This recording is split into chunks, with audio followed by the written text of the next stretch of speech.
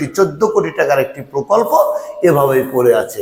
আসসালামু আলাইকুম। সাদাতপুরবাসী, সাদাতপুর পৌরসভার যে স্যানিটারি ল্যান্ডফিল পয় ও বর্জ্য পরিশোধনাগারের যে গেটের বাইরের চিত্র গতকালকে আপনাদেরকে দেখাইছিলাম, আজকে কিন্তু গেটের বাইরে না, আজকে কিন্তু সরাসরি আমি আপনাদেরকে নিয়ে আসছি সেই প্ল্যান দেখাইতে, কিভাবে এই বর্জ্যটা আলাদা করতে হয়, কিভাবে প্রসেসিং করতে হয়, সেই প্ল্যানটা কিন্তু এই প্ল্যান।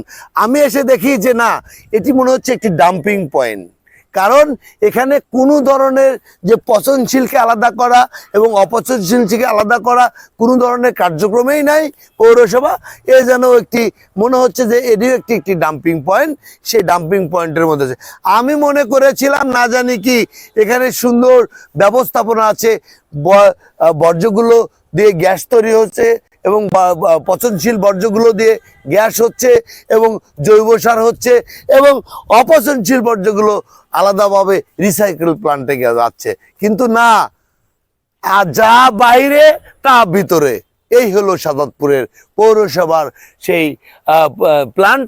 আপনারা দেখুন, 14 কোটি টাকার একটি প্রকল্প এভাবেই পড়ে আছে।